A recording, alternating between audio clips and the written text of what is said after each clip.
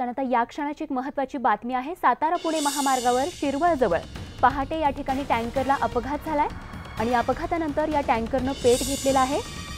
तर या टँकरला लागलेल्या आगीमध्ये संपूर्ण टँकर जळून खाक झालाय आणि आगीनंतर पोलिसांनी काही वेळ या ठिकाणची वाहतूक बंद ठेवली होती। तर या क्षणी त्या ठिकाणी नेमकी काय परिस्थिती आहे जाणून घेऊयात। आमचे प्रतिनिधी किरण मोहिते सध्या आपल्या सोबत आहेत। किरण, काय अपडेट या क्षणाचे? स्वाती, ही हा जो अपघात आहे तो पुणे बेंगलोर महामार्गावर झालेला आहे। शिरवळच्या हद्दीमध्ये हा अपघात झालेला आहे। तर पुणे साइडून बेंगलोर साइडला जात असताना हा जो ट्रक टँकर आहे, केमिकल युक्त असा हा टँकर होता। हा पलटी झाल्यामुळे आग लागलेली आहे। त्यानंतर ही जी वाहतूक या ठिकाणी जी वाहतूक आहे ती पूर्णपणे थांबवण्यात आली होती।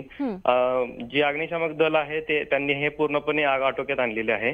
स्वाती, बरं, धन्यवाद किरण या माहितीसाठी। तर एकूणच आपण पाहतोय सातारा पुणे महामार्गावरील शिरवळजवळ पहाटे टँकरला अशा प्रकारे अपघात झाला। ज्या अपघातामध्ये आपण पाहतोय ही दृश्य, टँकरने पेट घेतला आणि त्यानंतर या आगीमध्ये हा टँकर पूर्णतः जळून खाक झालाय। तर आगीनंतर पोलिसांनी काही वेळ या ठिकाणची वाहतूक बंद ठेवली होती। सातारा पुणे महामार्गावर अशा प्रकारे शिरवळजवळ पहाटे या टँकरला अपघात झाला।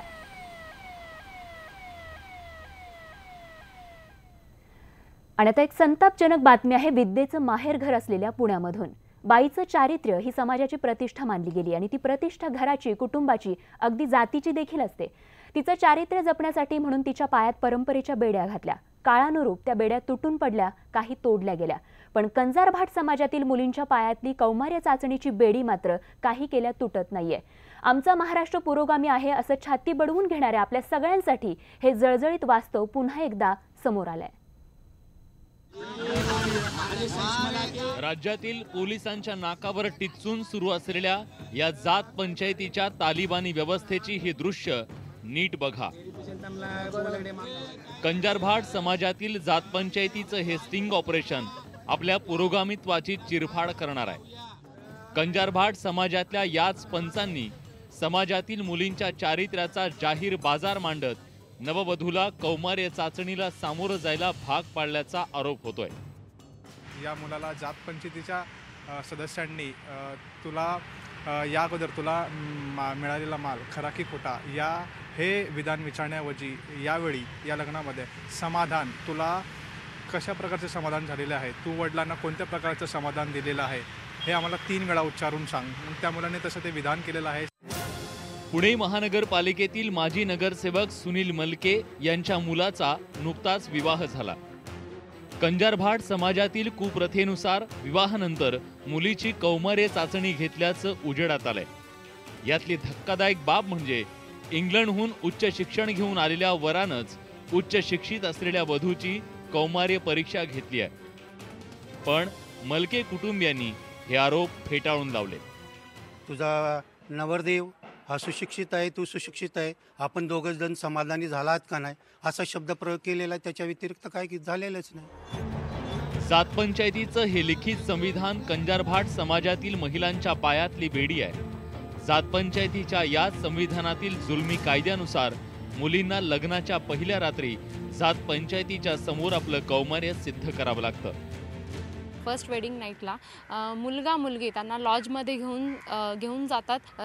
मग ते टेस्ट करतात की व्हाईट बेडशीट ठेवल्यानंतर मग ब्लिडिंग झालं नाही झालं हे पाहिलं जातं आणि तिथे पॉझिटिव्ह निगेटिव्ह जो काही रिझल्ट असेल तर त्या विषयाला घेऊन नेक्स्ट डे पंचायत बसवली। पण जात पंचायतीच्या या जुलमी व्यवस्थेला तोडण्यासाठी कायदा केला खरा, पण तो सर्रास पायदळीत उडवला जातोय। तर मला माननीय मुख्यमंत्री आणि सामाजिक न्याय मंत्री या दोघांनाही या मार्फत असं सांगायचं आहे की कायदा जो झालेला आहे पण कायद्याची खरोखर पोलिसांच्याकडून अंमलबजावणी होते का?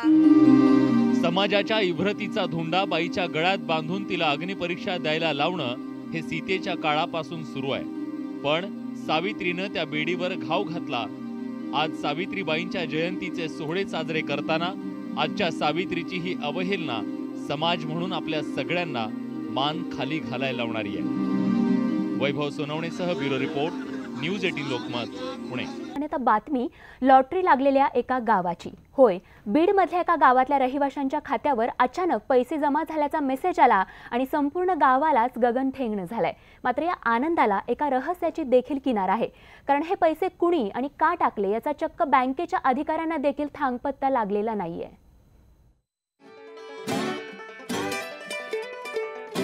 बीडच्या दासखेड गावाला लागली लॉटरी. गावकऱ्यांच्या खात्यात अचानक जमा झालेत पैसे.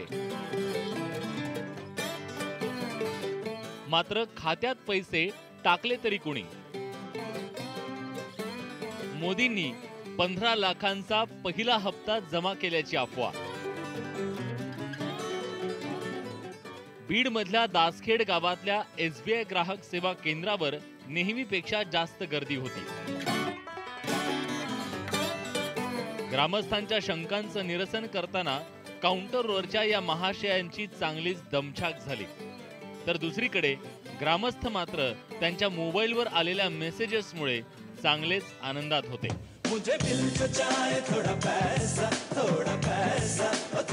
कारण अचानक कुणाच्या बँक खात्यात 500 रुपये, कुणाच्या 1000 रुपये, तर काही नशीबवानांच्या खात्यात 3000 रुपये जमा झाले होते. मला 2400 रुपये आले. ठीक आहे, मला माहिती आहे कशाचे आले आणि कशाचे नाही. 500, 1000, 2000, 3000 असे लोकांना आले. जवळपास 100-200 लोकांना आलेले आहेत गावात. कशाचे जायचं काय माहिती.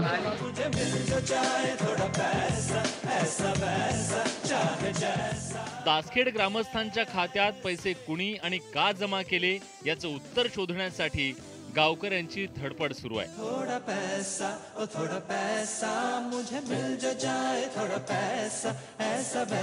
कशाचे सांगू शकत नाही. हा, पण आले कशाचे ते काय बँकवाल्याने सांगितलं. 528 रुपये आले आणि तो मेसेज पडला 29 तारखेला.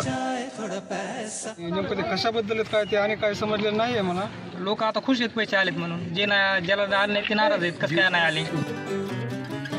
पैसे कुणी जमा केले या प्रश्नाच्या उत्तराचा शोध सुरू असतानाच कुणीतरी मध्येच अफवा पेरली. म्हणे बँकेत जमा झालेले पैसे मोदींकडून जमा करण्यात आलेल्या 15 लाखांचा पहिला हप्ता आहे.